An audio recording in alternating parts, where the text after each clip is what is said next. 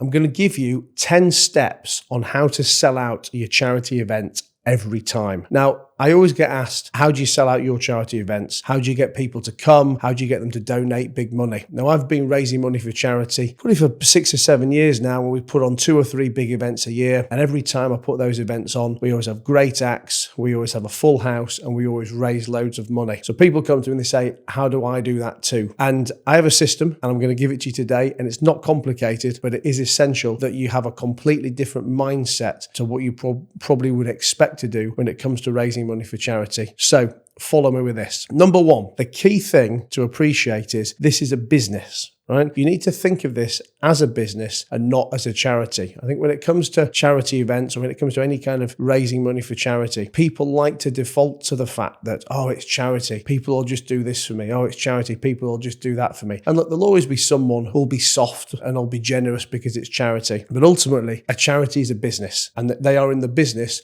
of raising money. And they sometimes have to, or they often have to spend money to raise money. They have to invest in something to get an outcome. And that is what you have to appreciate. So as soon as you start thinking of it as a business and applying the kind of the usual tactics of business, of sales, of marketing, of branding, of providing customer value, of providing a return on investment, then you'll start to think very differently about how you raise your money and how you get access to the money that you want. Number 2, your network is everything. Now, anyone who follows me knows I talk about networking. You know, the importance of building a power network to be able to get the things that you want. And nowhere is that more important than when it comes to raising money for charity. If you don't know anyone, you've got no one to go to raise money from. And when I look at my charity events, you know, if I want to put 200 people in a room, if I want to put 300 people in a room, then I need to go to 20, 30, 50 key people who I know have got the interest to come, who are going to support me because I've been scratching their back at some point in the past, and who have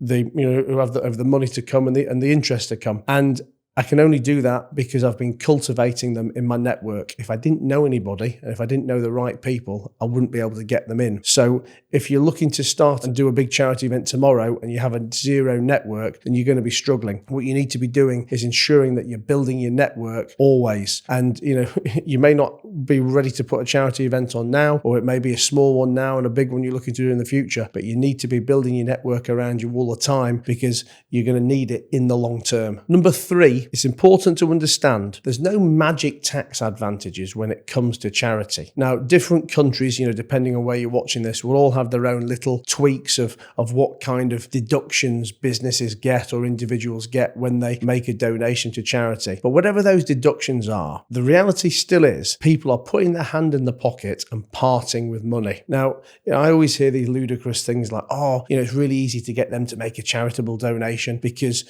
you know, that company makes so much profit. They've got 2 choices. They either give it to the tax man or they give it to charity, and they'll just give it to charity instead of giving it to the tax man. That's total bollocks, right? Yes, they may have some tax advantages for giving it to charity, but the reality is if they're going to write a check, it's still their own hard-earned money. So if you want someone to part with that money, you have to give them a reason why. You have to give them an ROI, a return on the investment. Now, that doesn't necessarily mean you have to give them more money than what they've put in, but you've got to give them value for the money that they've put in. Now, that value could be having fun because it's a night of great entertainment you're putting on, or it could be some emotional ROI because, you know, you are letting them know how many people are helping and how much good their money's doing. Different people have got different triggers, and you need to find each person's trigger so that you know what's going to interest them and what's going to look like an ROI for them. But the key is, whoever you're trying to take money from when raising money for charity or when putting a charitable event on, you've got to be providing them ROI. No one's going to do anything just for fun. Number 4, when you're putting your charitable event on, it's absolutely essential that you have a great product, you know, that you provide value, that you provide fun, that you provide good entertainment. When I set my charity up many years ago, this was actually one of our key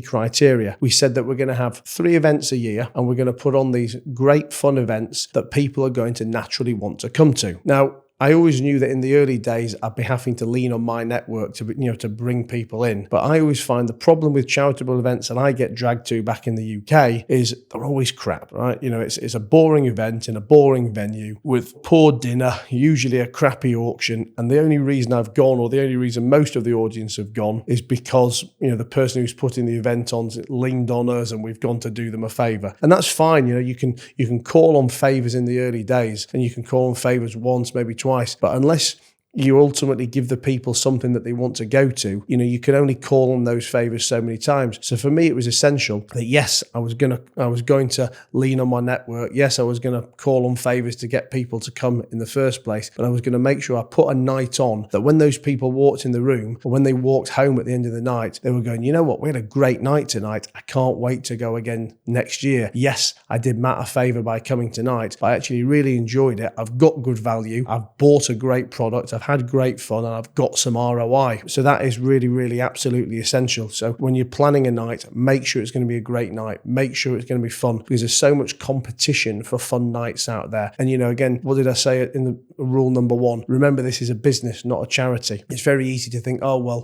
people are just coming because it's a charity. They want to do good. They want to do the right thing. But ultimately, people have only got so many pounds to go around, and whether they spend it on going to a charity dinner, or whether they want to spend it going to the pub or going to the nightclub or going to the theatre or whatever it may be, this is your competition. This is what you're up against. So you've got to make sure that what you're offering is as good value and as good fun as possible. Number 5, it's great to have celebrities at these events. It looks good for the newspapers. It looks good for your marketing material when you want to advertise it again for next year. And it also makes the people who come to the event have a great time as well. Everybody likes to be surrounded by a celebrity. Even if it's a couple of Z-listers from the latest reality show, it just puts people in a good mood. Now, I've often gone out to PR agencies in the past and said, please can you bring me X number of celebrities down? And I always get told, yeah, we're going to bring these people, or we're going to bring those people. And the reality is they never turn up. Yes, again, every owner of a PR company's got, one favoured celebrity who probably they can call a favour on and drag them down. But if you think that these agencies are going to deliver you 10, 15, 20, 30 celebrities, they're just not. And if you really want to get the celebrities down there, you've got to realise that you need to pay for them. Now, again, I always hear people say, well, why won't they come for free? Or, I don't want to pay them. Remember, this is a business. Think of it as a business, and that as long as you raise more money in the end than you've put in at the beginning, then you've achieved your job. But you're going to have to make some investments along the way. And these celebrities, they're busy people like anybody else. They don't have to go to your event. They can be going somewhere else. And they also know that their time and their appearance will help you achieve your goals. So they actually do deserve some money. So find a way to build into your budget a way to pay these people. Once you pay them, you're going to know for sure that they're coming. Once you know that they're coming, you can then use that to maybe get your press attention, or to have something extra to put in your press releases, or maybe to sell more tables or to sell more tickets. But what you can also do is find a way to offset the cost of these celebrities so that, again, it becomes an investment as opposed to a cost. Things I've done in the past is, for example, gone to some of my bigger donors and said, hey, rather than paying, for example, £2,000 for a table, would you like to pay £3,000 for a table, and I'll put your favourite celebrity on your table for you? So many people say yes to that kind of thing, and that celebrity's still in the room, and you've effectively then been able to offset the cost of it onto somebody else. I've done things where I've booked a load of podcasts on the day of the charity event, so that's given me an excuse to be able to have some budget to hire celebrities to book them for something else. But I've said, look, in return for booking you for the podcast, I expect you to stay along in the evening and attend the charitable event. Listen, it's all different ways to sell it to yourself, to justify it to yourself, or to get money in the pot. But the key is, if you want celebs, expect to pay for them. Don't expect anyone to turn up for free. Number 6, think long term. Now, I'm going to keep going back to what I've said at the beginning, that this is a business. This is a business. And you're hopefully not just going to be putting on one charity event tonight or whenever it is. You're going to be doing this multiple times a year for many years to come. So you need to think long term. Too often people get caught up in the, I want to take money off everybody tonight and think very short term, where what you're very often better doing is inviting some people along for free and thinking, if I get them in the room tonight and they enjoy themselves, they could be a paying customer for me for next year. So do that. Think long term. Think, who can I invite for free? Who can I give a discount to?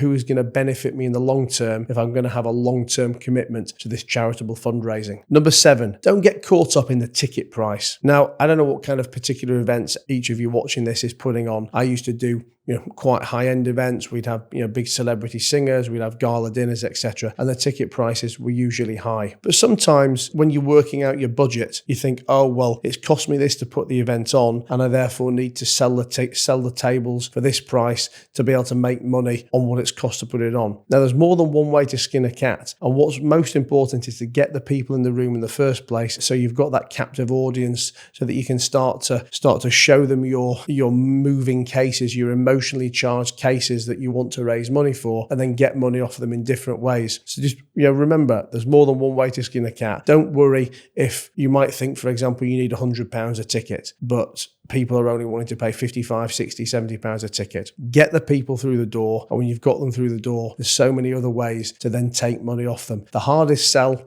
is that first sell, getting them in there. But once they're in the room and you can do games, raffles, tombolas, auctions, all kinds of other different things, that's when you can start to really make your money up. And also during this time as well, the people probably had a drink, they've got their mates around them, geeing them along, they're getting competitive with other tables, with other individuals. The £20 or £30 a head that you may have lost, in inverted commas, on the way in, you can probably make that up 10x on the way out just by having the right people around. Number 8, advertising only works if you've actually got something that somebody wants to buy. Now, I often see charitable events advertised and I look at it and think, well, that is just a total waste of advertising money or advertising time if people have got a deal on the advertising. Because when I look at the event, I just think, well, it's just a really crap event and no one's going to want to come. So I'm going to keep going back to what I've been saying along the way. Think of it as a business. Think of providing value to your customers, of ROI on the money that they put in. So if you're going to go out there and advertise, make sure you've got something worth advertising for. Number 9, charge as much as you possibly can. Now, I know this slightly contradicts what I was saying a few minutes ago about don't get caught up on the ticket price because there's more than one way to skin a cat. Now, yes, there absolutely is, but the more you can get away with charging, the better. And it also doesn't have to be on the ticket price. It could be on the raffle, on the tombola, on the auction, whatever it may be. Like any business, the more you can charge, the bigger your margins are going to be, the bigger your profit's going to be, the more you're going to have to invest in other things or to give to the charities that you're looking to support. So it's essential to be able to charge as much as possible. I think also people normally feel on the back foot and they think, oh, well, this is only worth, for example, £5, so that's what I'm going to charge it out there at. Listen, when you've got these people in the room, they don't look at the price. They're looking at the value. They're looking at the fact that they're having a good night. So if you think something was worth a £5, try and charge a tenner. If you think it was worth a tenner, try and charge 20 quid. Don't be shy to charge. And number 10, the 80-20 rule. Now, I'm sure you've all heard of the 80-20 rule, whether that's 80% of your sales come from 20% of your customers, or 80% of your profits come from 20% of your customers, whatever it may be. But this is as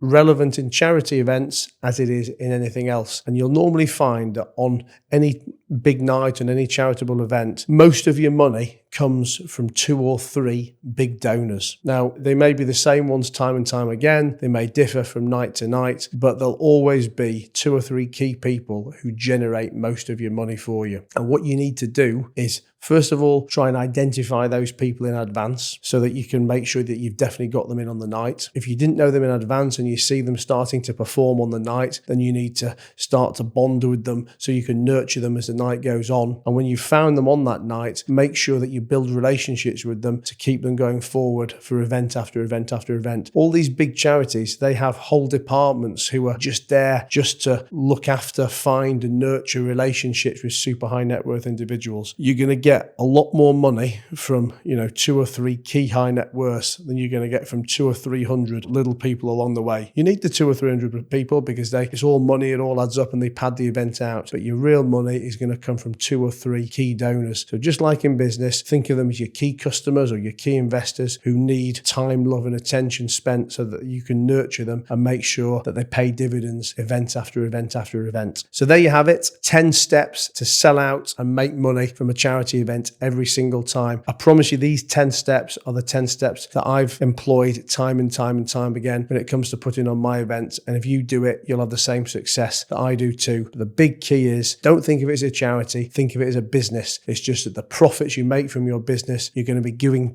to charity, you're going to be doing good with, but you still need to apply all those principles of sales, marketing, distribution, adding value and providing a great ROI for your clients.